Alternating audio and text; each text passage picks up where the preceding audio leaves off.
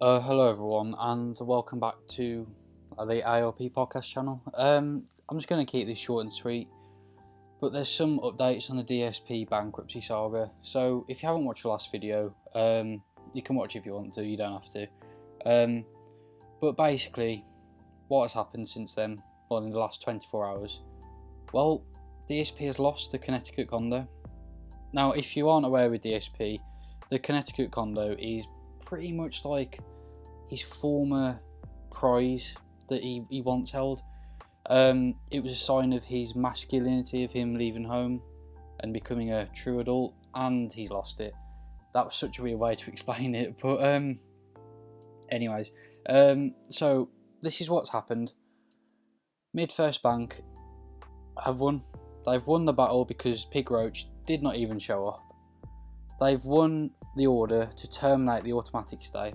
So that pretty much means that they can go after their money regardless of what happens now. So there's no period for them to wait around. They can effectively just start proceedings whenever they deem fit.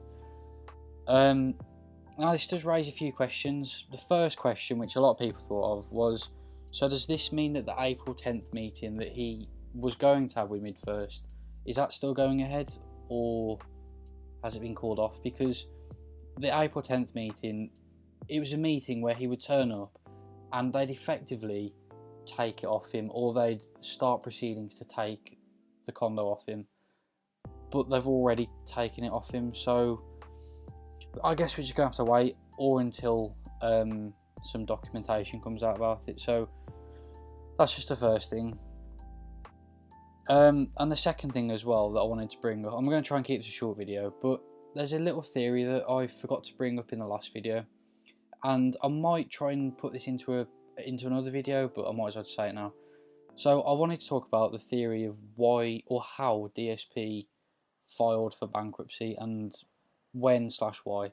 So if you listen to the March 26th phone call meeting, DSP said it was around October time that he basically decided he was going to file for bankruptcy. He met his attorney in October, but then didn't properly file till January. But anyways, in October he wanted to declare bankruptcy. That was his mindset. So, what else happened in October? DSP's mortgage got sold. Now, this is just what me and a few other people think.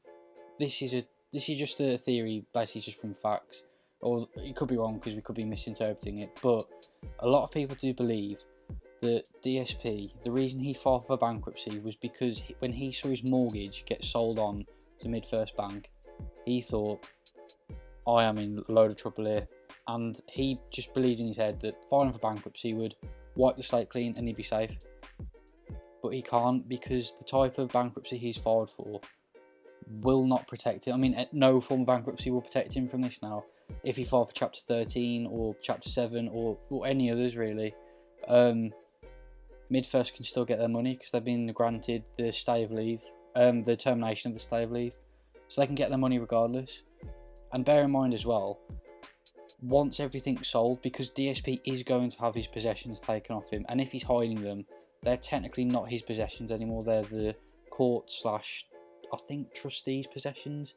I'm not too sure on the terminology to use, but anyways, the stuff he owns isn't his anymore, because they're potential assets that could be sold.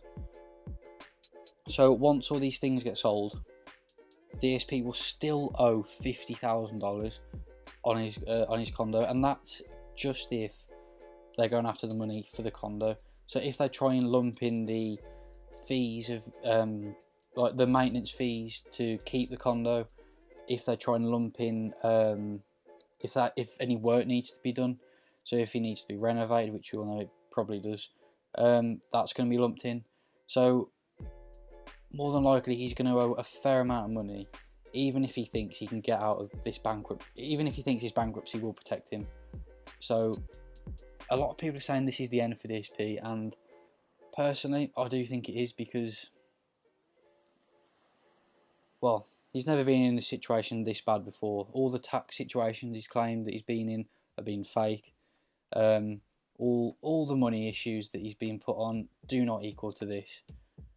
So we're just gonna have to wait around and see. So yeah, this is the end part of the DSP video, so I'm just making that perfectly clear. There should be a timestamp down below, so if you want to leave now, that's fine. But I just wanted to bring up as well, for the podcast as well, we do have a Discord that I have been linking in the description, but I haven't been saying it, and it's towards the bottom of the description of every video. So if you want to join a Discord, there's a link down there somewhere. I don't know why I'm pointing, the camera's not even on. Yeah, the link will never expire, so you can join whenever you want. And yeah, if you want to feature on a podcast, or if you want to feature on a video or anything, just probably best to message me on Discord or Twitter, but just message me. Anyways, yeah, hope to see you in the next video. Sorry, this was really rambling.